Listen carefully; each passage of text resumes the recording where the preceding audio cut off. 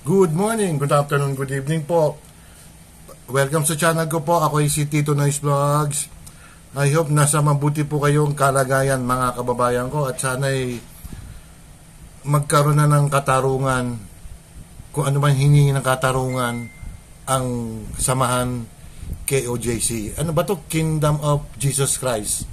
Kasama ko po ang aking kaibigan na si Perdy na isang buwan kundi nakita mga kababayan ko. Mga kababayan ko, ako'y siguro okay lang na yung mga kapulisan natin, tinutupad nila yung tungkulin nila mga kababayan ko. Pero mga kababayan ko, pang ilang araw na ba? Lunes ngayon. O, pang 10 araw na po. Ewan ko lang kung nakaalis na sila. Kasi, kaya ba sila nag-stay on purge? August 24. Kasi hinahanap po nila si Pastor Apollo, si Kibuloy, mga kababayan ko, na di umano'y naandun daw sa mismong KOJC na compound, mga kababayan ko. Hindi naman talaga mahanap po, mga kababayan ko.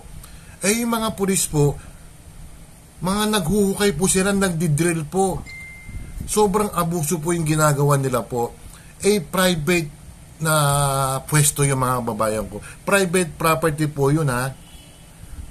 Kung ginawa sa ibang religious sector yun, I will not mention mga religious sector, ha. Yung mga malalaking religious sector dyan, yung maraming boto, kung ginawa sa iba yun siguro, nagkaanuhan na yan. Nagkaroon ng, sa Bisaya, ang pusil, alam niyo yung pusil, di ba? Sa Bicol, badil, yun sa amin, tawag sa amin mga kababayan ko. Tapos sasabihin ng mga kapulisan, Purge, na meron daw secret chamber ang KOJC. Ano rin daw yun alam mo na, yung mga mababang uri ang lipad. May nagsalita, hindi secret chamber po yung kwarto ng mga babae po yan, mga kababayan ko. Di ba? Di palpak na sila. Itong si Abros, ewan ko pa kung ano natira nito At saka itong si Torre, yung general ba yan? O Colonel Torre ba yan? Pang 10 araw na kayo, dapat siguro ilisan nyo na yan. May korte na, nag-order ng korte na, kailangan, evacuate nyo yan. O pwede naman din kayong mag-serve ng warrant, yung tawag dito, yung karapat dapat kung talaga naandun yung tao, mga kababayan ko.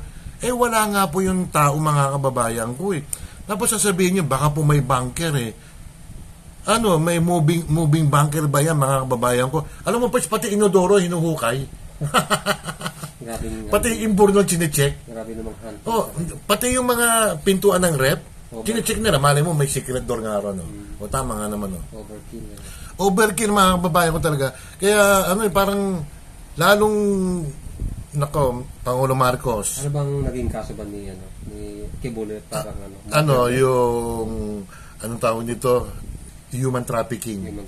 Tsaka may, alam mo na, molestation, mga ganon. Nag-drop na yung purge 3 years ago pa. Paano pa ni Duterte yun Kaya siguro Pero hindi rin, nag-drop na ng korte, mga babayan. At isa pa, mga kababayan ko, 3,000 personnel ng police na andon. Nagdagdag pa sila ng 1,000. O di 4,000 na. Yun doon sa Kingdom of Jesus Christ. Ang mga nakahimpil lang doon, mga nakatira, mga 1,000 lang. O di overkill masyado yon, di ba? Sumusobra na, mga kababayan ko, mga kapulisan natin. Kaya dapat itong si Senador si Bato de la Rosa, dapat imbestigahan yan overkill na wala silang mahanap purge. 10 araw na itong Lunes na to. Bagay, Sabado ngayon nagbablog ako, pero pang Lunes to. Sa Lunes, itong Lunes na to, pang 10 araw na to. Wala pa rin Kibuloy ng wala pa rin Kibuloy na. Tsaka iba ang tao ang nakalagay sa warrant of arrest, hindi si Kibuloy. Tinan mo, babae ata yun nakalimutan, si Billy ata pangalan nun na kasabot di umano ni Pastor Kibuloy, mga kababayan ko, mga titos, mga titas. Masyadong overkill ng mga kababayan ko. Kailangan Pangulong Marcos, Dapat protektahan mo mga binoto kanya mga Pangulo Marcos, kaya nag-withdraw ng support sa inyo. Sige kayo, Pangulo Marcos, yung sinabi ko isang araw, may divine may divine intervention yan. Sige, hindi ngayon mangyayari na mawawala ka, hindi sa isang linggo nga, hindi sa isang buwan. Nakasasabi ko lang yung Biyernes sa vlog ko. Pero sumusobra na, Pangulo Marcos, yung mga kapulisan natin. Naghuhukay sila mismo do sa, may tawag na kingdom. Lahat ng mga pandig ng building, lahat ng mga kadikit na building, naghuhukay sila, Purge. Malay mo, may secret, may bunker nga ron, di ba? Ang suggestion ko nga sa inyo, kasi may heartbeat daw para malaman. Yung ginagamit nila parang sonar yun malalaman kasi for example, alam mo niya yung Lindol yung 1990, ang ginamit sa may Hayat, Baguio ba yun? May mga natagpuan pa mga buhay doon through heartbeat, parang sonar yun. Kaya malalaman may buhay pa kahit nasa ilalim kahit nasa ilalim ng ang gusto nila talagang hukayan lahat yung Kingdom of Jesus Christ para malaman nila kung nandun si Pastor Kibuloy o hindi. Wala naman pang 10 araw na. Alam nyo mga kababayan ko, may reward ata yung Purge Magkano ba? Siguro 3 million ata Purge mga ganun 3 million. Pasensya na po medyo yung ilaw, nasisilaw, hindi nakikita yung aking okay lang yun. Kaya mga kababayan ko, maraming nananawagan niya na kumilos na raw. Ako'y nananalangin na wag sana magkagulo. Kasi, siyempre, yung mga KOG, mapasensya mga KOG member Tingnan mo, hindi sila basta-basta. Although may mga pumapalag, pero yung hindi sila mga violente. Pero tayo naman mga tao tayo, pag napuno na tayo, di ba? Pag napuno na tayo, ang Pilipino talagang, baka kung anong gawin niya sa inyo, baka mamundukin, dadagdag naman tayo ng mga MPA dyan, kumukunti na nga. Kaya Pangulo Marcos, pakiusap lang, orderan mo na yung mga kapulisan dyan na umalis na. May court order na di ba? Ang warrant of arrest kasi, Purge, saan panig man ng Pilipinas pwede. Kunyari, yung address ng huli mo sa Quezon City, wala yon.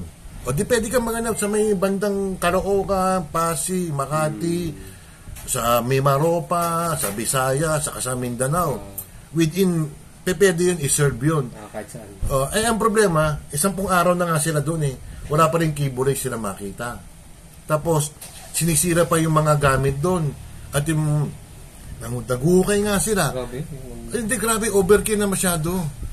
Kaya nga, ang payo ko nga sa kanila, Purge, ay mag-hire kayo ng expert, mga taga-ibang bansa, mga taga-Europe. May gamit po sila, may equipment po sila, matitrace po kung talagang may tao dyan sa ilalim, dyan sa vicinity ng Kingdom of Jesus Christ. Malaking 20 hectares per ata, mga 30 hectares Malaki yung kung sa may Davao, yung Kingdom of Jesus Christ. Malaki lang yan pang 10 araw na, yung isang araw bumalik sila sa gym, nakatatlong balik sila. Wala naman doon mga escape na door doon. Tapos yung sinasabi nila pangalan nito nawala. Sinasabi ni Abalos na may secret chamber daw. Kwarto pala ng mga babae ngayon. Di palpak na sila ngayon. Di ba kaya gumawa kayo ng ibang paraan, DILG or PNP. Wala na, hindi kayo nagtagumpay, hindi nyo natagpuan si Pastor Kibuloy. Ito mga babae ko, in fairness naman dun sa mga bumoto kay Marcos. Kasi ako bumoto kay Marcos, pero parang ako yung disappointed na, si Perde rin parang disappointed na rin. May mga supporter pa rin siya na yung bumoto sa kanya na nag-stick kay Marcos. Okay lang yun kasi yun ang judgment nila hindi ba? Yun ang choice nila, Perde. Ako talaga, hindi ko alam kung alanganin na ako kay Marcos kasi sobra na parang wala kang concern sa mga bumoto sa iyo, Pangulong Marcos. Pasensya na sa mga maka-Marcos siya na nanonood. Ano na parang sukdulan na to 2 taon na si Marcos. Ano, hanggang kailan? Maghihintay pa ba tayo ng 4 na taon? Hindi ko na kung magbabago pa siya or what. Pero dito sa nangyayari sa sa KOJC ay nakakaawa na. Walang, alam mo, may eskwelahan din doon, Pads, ha? May school doon, walang pasok kasi may mga pulis doon. Anong ginagawa ni Department Secretary, sino ba yun? Si Angara, hindi na si BP Sara si Secretary Angara. Anong ginagawa mo? Ang DepEd, dapat kumilos ka rin yung, paano yung pag-aaral ng mga bata? Hindi na naabala dahil dyan sa tinamaan ng magaling ng mga pulis na mga 10 araw na wala pa sila nakikitang kibuloy. Maghanap kayo sa ibang lugar. Sa bundok, magukay din kayo. Hindi, nakakainis sa Pads. Although hindi ako member ng KOJC, mga kapwa natin Pilipino yan, di ba? Kaya ako, Pangulong Marcos, ewan ko na lang, wag sanang mangyari na nanaginip ako, Pads. Nanaginip ako isang araw. Panaginipan mo? Si Marcos Lord napatalsik. Baliktad pala. Baliktad na panaginip, di ba? Malay mo, magkatotoo, mga babayan ko. Yun lang aking vlog for this Monday, mga babayan ko. Kayong PNP kayo, tapos, sandali lang, si Gretchen Ho pa pala. Kayos ka mag-report, Gretchen Ho, KOJC ka na pala member, may pasasabugin daw, hindi raw na pasasabugin. Okay yung reporting mo, ang galing ng newsworthy mo, ang Gretchen Ho, okay ka rin, shoutout sa mga kaibigan ko dyan. Hindi ko mahanap pa rin, isusulat ko na lang nga. Basta shoutout sa inyo. Ang aking special na isa-shoutout ay lahat na kayo special. Don't forget to like and subscribe. Hit the bell notification para ma-update kayo sa aking mga video. Maraming salamat po at manalangin po tayo na wala sana mangyaring may motor na duman. Wala sana mangyaring masama dyan sa Davao Pads. Tahimik na tahimik yan si Duterte din yan napahaba ng tuloy. Yun ang mga babayan ko basta ako itutuloy ko pa rin ang vlog ko patukoy dito sa mga ang tawag may tawag dyan Pads under siege. Yung KOJC under siege sila daw. Maraming salamat po at ingat po kayo. I love you all. Bye.